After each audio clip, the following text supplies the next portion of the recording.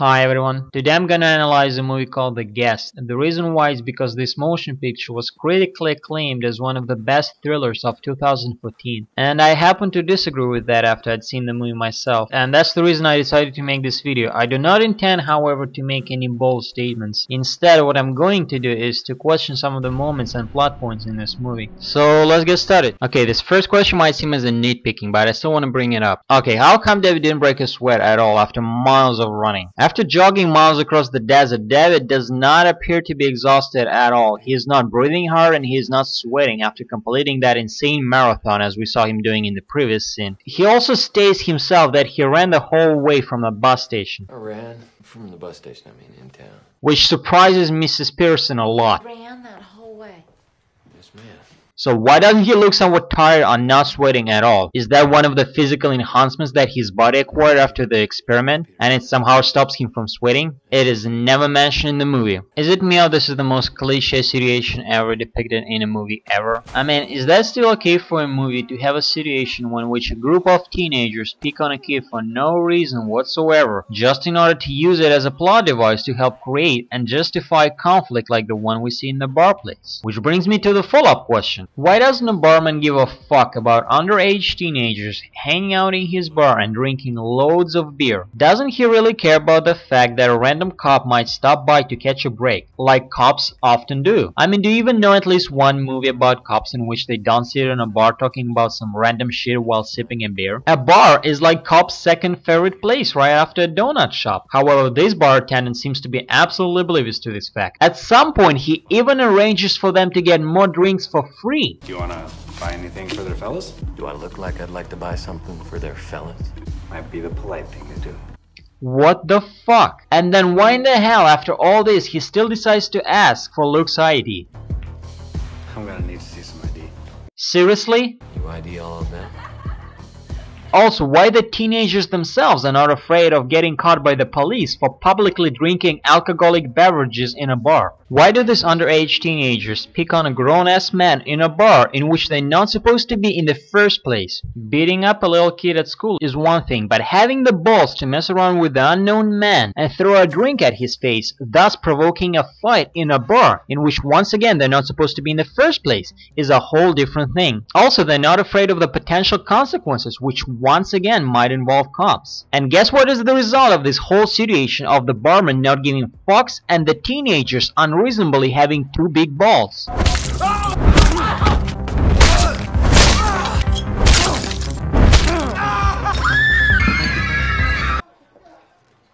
Yep. You didn't really get a good look at the other guys. Otherwise, I imagine you and this place could get into trouble for serving minors. I mean, this is what happens.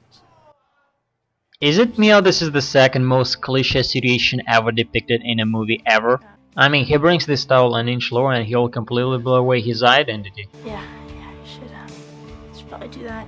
Okay, here's another nitpicking, but it also bugs the shit out of me. Why Anna is allowed to dress like a whore to a party, considering the fact that her father is very conservative. Her dad interferes in her personal life when it comes to dating. I'm 20 years old, I can date who I want. As long as you live in this house, you can. Oh, you know nothing! Also, he doesn't even let her drink beer at home, despite the fact that she is about to hit 21. 21 in a month. You can have all the beer you want then, assuming you buy it yourself. And overall, he seems to control her life to a great extent. You watch your mouth, young lady. But was he never able to come to the conclusion that dressing like a whore to a public event might have something to do with her dating shady individuals?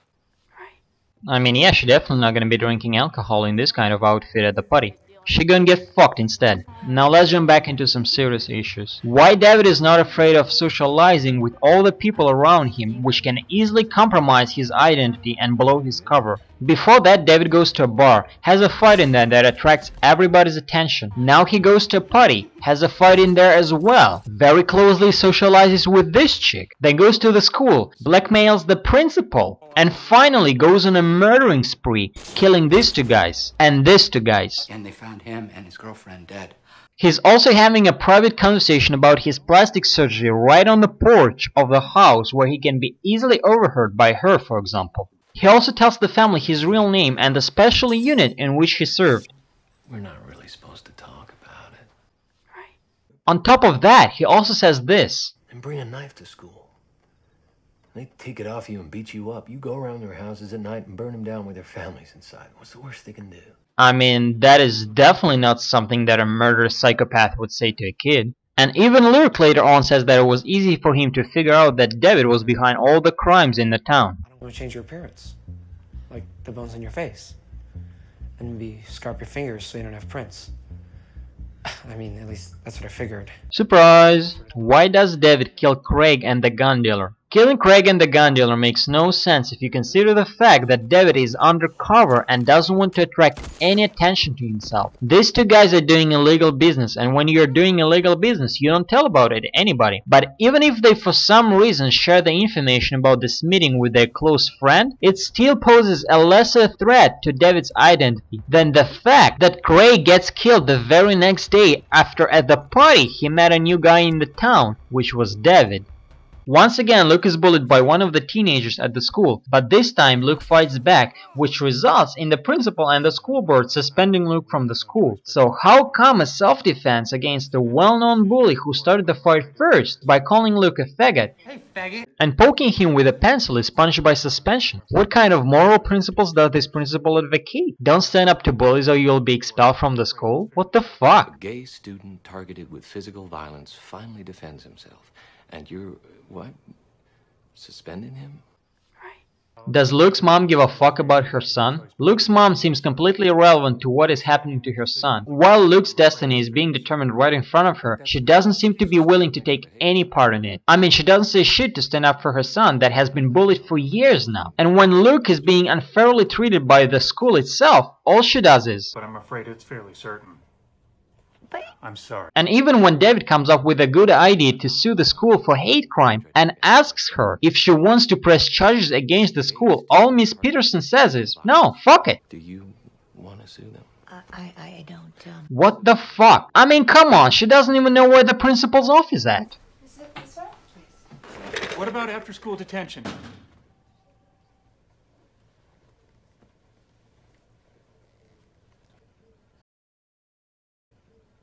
Fucking say something already. Okay. Is Luke mentally challenged? David, can I talk to you for a second?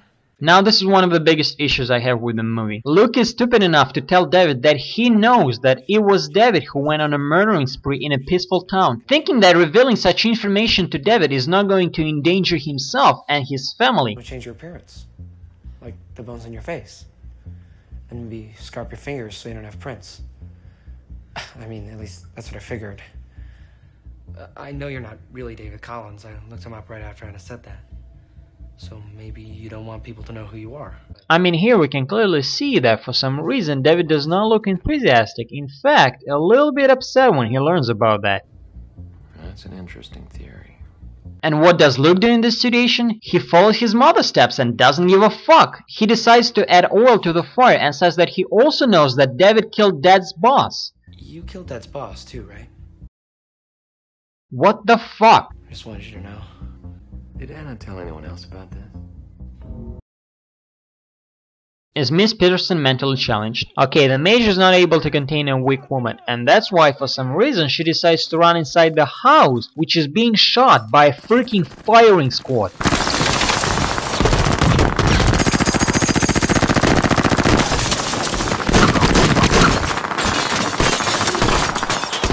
That might be not the safest place at the moment. And guess what happens to her? Surprise! Is David using invincibility hacks? I mean, is it me or like he just dives into the line of fire in this particular shot?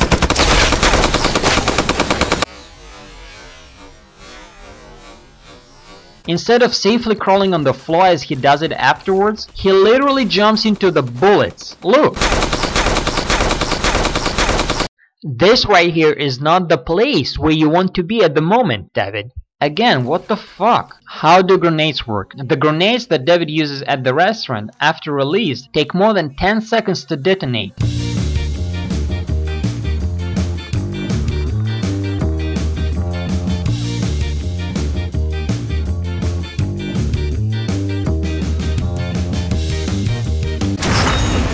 I'm not a grenade expert, but I'm pretty sure that this is not how grenades work. I mean, I know that seems like a nitpicking, but still, 11 fucking seconds? Come on, dude. Why in the hell David leaves a pistol right next to the body of the Major when it's not even clear if he's dead or not? After severely wounding the Major, David drops a loaded pistol right next to his body. Why does he do that? I don't know, but I know that a minute later he's gonna get shot from this very pistol by Anna.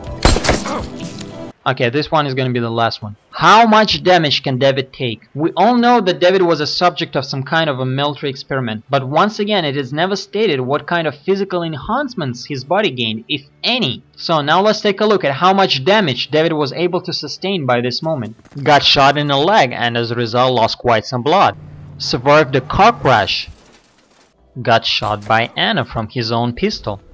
Got backstabbed by Luke. Got stabbed by Luke again in a solar plexus. Now solar plexus is nothing to fuck around. I looked the shit up. If you get stabbed in a solar plexus, you're a gone man. So unless those military scientists were trying to turn him into some fake ass Michael Myers, I just don't see how he was able to survive all that.